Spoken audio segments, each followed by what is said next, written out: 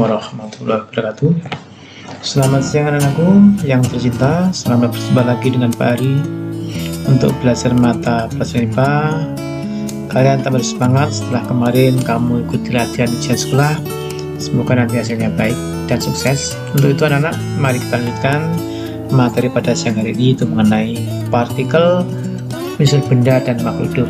Untuk itu silakan disediakan buku tugasnya, buku catatan, dan alat tulisnya untuk mencatat hal yang penting. Partikel penyusun materi dan penggunaannya dalam kehidupan sehari-hari ada punya dipelajari, yaitu A. mengenai partikel penyusun benda mati dan makhluk hidup. Yang B. proses pembentukan molekul. Yang C. sifat dan penggunaan bahan serta pengaruhnya terhadap kesehatan. Jadi ini ada 3 materi yang akan kita pelajari. Sekarang pada partikel penyusun benda mati dan makhluk hidup yang dipelajari ada 2, yaitu 1. molekul penyusun benda mati dan makhluk hidup, yang kedua mengenai atom dan partikel penyusunnya. Sekarang kita mulai dengan molekul penyusun benda mati dan makhluk hidup. Adapun materi yang dipelajari yaitu materi atau bahan yang berbeda tersusun atas molekul-molekul berbeda, sehingga atom-atom penyusun juga berbeda. Selain adanya perbedaan molekul dan penyusunnya, maka perbedaan sifat-sifat suatu materi juga disebabkan oleh perbedaan susunan molekul dalam materi tersebut. Nah, ini ada gambar ilustrasi mengenai perbedaan struktur senyawa selulosa pada batang tanaman singkong dan amilum pada singkong. Itu ilustrasinya.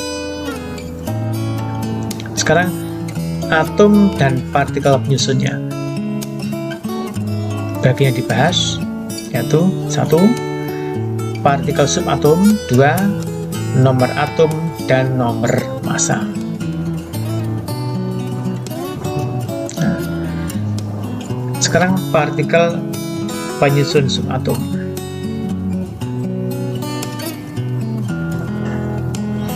Atom tersusun atas partikel-partikel subatom, yaitu elektron diberi lambang E, proton diberi lambang P, dan neutron diberi lambang N.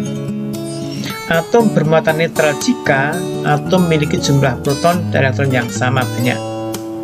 Apabila jumlah proton lebih banyak daripada jumlah elektron, atom menjadi bermuatan positif. Sebaliknya, apabila jumlah elektron lebih banyak daripada jumlah proton, atom menjadi bermuatan negatif. Jadi kalau protonnya lebih banyak daripada elektron, bermuatan positif. Sebaliknya, elektron lebih banyak dari jumlah proton, maka atom menjadi bermuatan negatif. Jadi, elektron itu ditemukan oleh J.J. Thomson, massa 0, muatan negatif 1, lambangnya E. Proton Einstein, masanya 1, muatan positif 1, lambangnya P. Neutron J. Chadwick, masanya 1, muatan 0, lambangnya N. Itu partikel penyusun subatom. Ini gambarnya seperti ini. Jadi ada bagian inti, bagian kulit. Sekarang teori atom yang akan kita pelajari ada 1. teori atom Dalton, 2. teori atom Thomson, 3. teori atom Rutherford, 4. teori atom Niels Bohr, yang kelima teori atom modern. Ada 5 hal mengenai teori atom. Sekarang teori atom Dalton. Menurut Dalton, atom digambarkan sebagai bola pejal yang sangat kecil. Digambarkan bola pejal yang sangat kecil. Atom merupakan partikel terkecil yang tidak dapat dibagi-bagi lagi. Atom dari unsur yang sama memiliki sifat dan massa yang sama. Sebaliknya, atom yang berbeda memiliki sifat dan massa yang berbeda. Senyawa adalah materi yang terdiri atas 2 jenis atom atau lebih dengan perbandingan tertentu. Reaksi kimia merupakan penataan ulang atom-atom sehingga tidak atom yang berubah setelah reaksi. Itu menurut teori atom Dalton. Sekarang Ruth Thompson.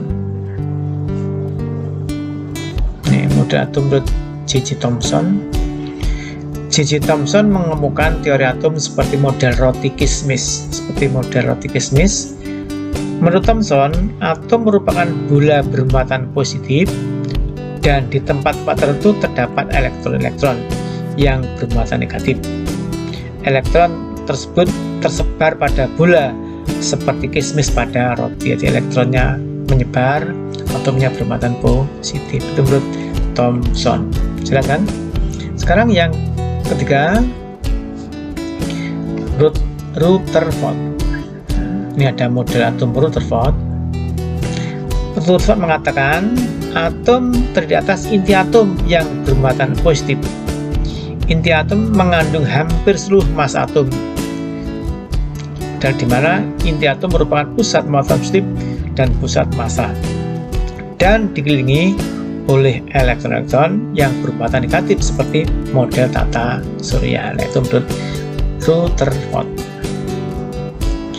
Sekarang menurut Niels Bohr.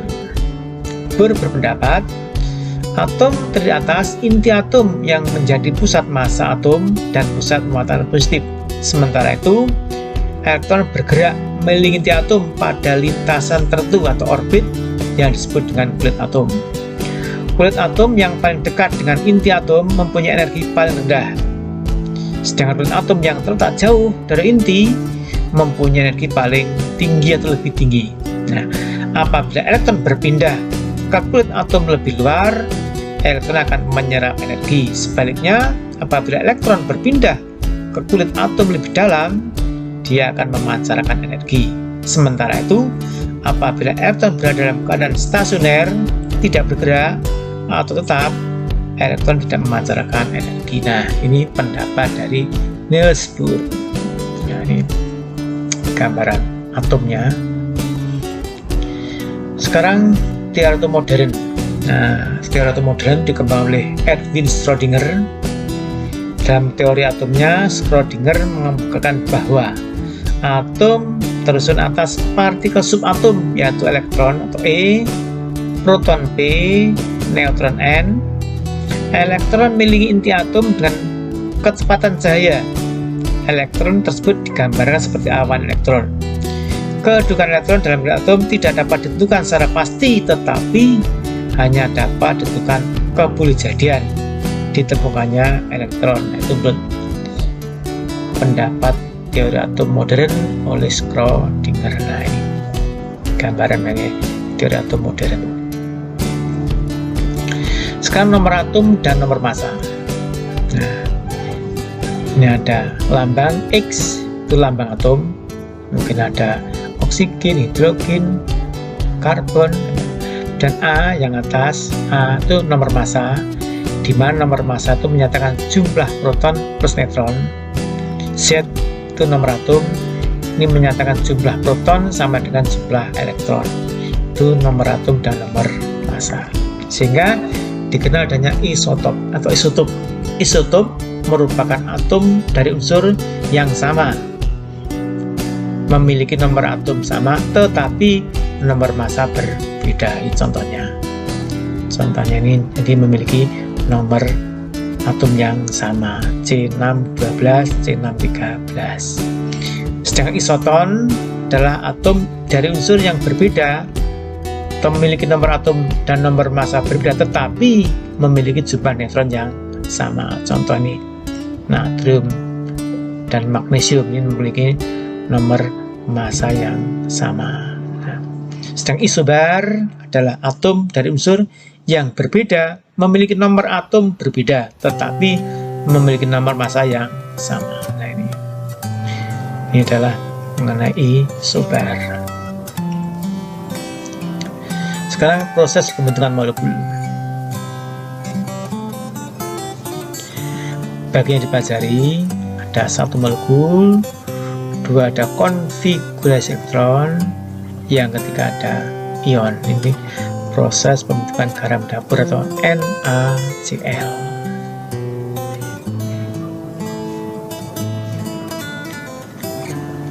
Molekul dapat dinyatakan dengan rumus kimia yang menunjukkan jenis dan jumlah atom penyusun molekul tersebut. Berdasarkan atom penyusunnya, molekul dibedakan di dua, yaitu molekul unsur dan molekul senyawa. Adapun molekul unsur merupakan gabungan dua atom atau lebih yang sejenis, namanya molekul unsur. Sedangkan molekul senyawa merupakan gabungan dua jenis atom atau lebih yang berbeda jenis. Nah, ini ada molekul unsur, ada molekul senyawa, perbedaannya. Ini ada molekul unsur, ini dua atom jenis. Molekul senyawa, dua atom yang berbeda jenis.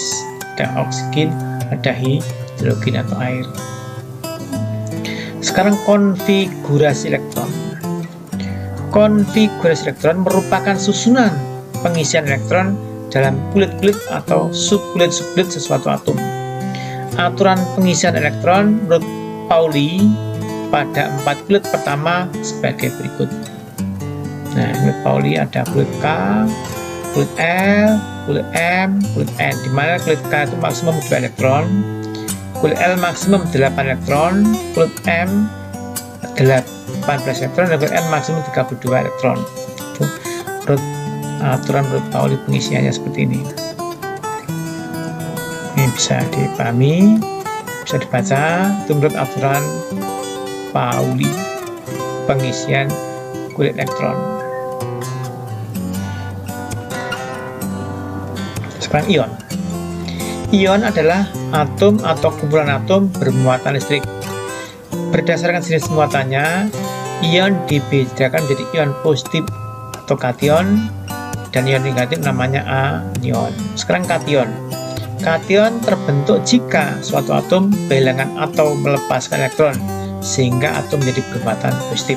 Itu namanya kation. Contoh, atom kalium K melepas 1 elektron menjadi ion K+. Reaksinya K melepas elektron menjadi K+. Anion terbentuk jika suatu atom menerima atau menangkap elektron dari atom lain sehingga menjadi bermuatan negatif. Contohnya atom klor menangkap 1 elektron menjadi ion klor negatif. Reaksinya klor menangkap elektron menjadi muatan negatif, namanya anion. Dia ada kation, ada anion. Ini ada ion tadi, ada kation bermuatan negatif, anion bermuatan positif. Nah, sekarang perbedaan senyawa ion dengan senyawa kovalen. Senyawa yang terbentuk dari kation dan anion disebut dengan senyawa ion. Contoh garam dapur atau NaCl. Garam dapur terbentuk dari ion Na+ dan ion klormin. Sedangkan senyawa kovalen merupakan senyawa yang antar atomnya berikatan kovalen. Ikatan kovalen terbentuk akibat penggunaan bersama pasangan elektron antar atom yang berikatan. Contoh, senyawa kovalen dari H2O, CO2, dan N2, yaitu bahkan seperti ini. Ini proses pembentukan garam dapur NaCl, seperti ini gambarnya. Ini pembentukan H2O dan CO2 melalui ikatan kovalen. Nah, setelah dipahami supaya jelas. Sekarang identitas unsur. Ketika dibakar, setiap unsur menghasilkan warna khas. Prinsip ini dapat digunakan untuk mengidentifikasi suatu unsur yang terkandung dalam suatu bahan. Identifikasi unsur dapat dilakukan melalui uji nyala. Namun, uji nyala hanya dapat digunakan untuk mengidentifikasi beberapa unsur seperti unsur alkali dan alga tanah, karena tidak semua unsur mempunyai warna nyala yang khas. Warna hasil pembakaran berunsur alkali dan alga tanah sebagai berikutnya. Ini ada unsur warna nyala. Kalau lithium warna merah, natrium kuning, kalium ungu kemerahan, dan Rb ungu, cesium biru, barium putih, magnesium putih, kalsium jingga, strontium merah, dan barium hijau. Nah, ini uji nyala beberapa senyawa mengandung seperti ini. Nah, seperti ini. Ini warna-warna uji nyala. Nah, demikian tadi adalah mengenai materi pada siang hari ini. Silakan dipelajari. Untuk lebih jelasnya nanti bisa dipelajari pada buku paket, dipahami. Nanti kalau nggak jelas bisa bertanya, bisa lewat WA, bisa bertanya langsung pada saya. Sekian, terima kasih. Assalamualaikum warahmatullahi wabarakatuh.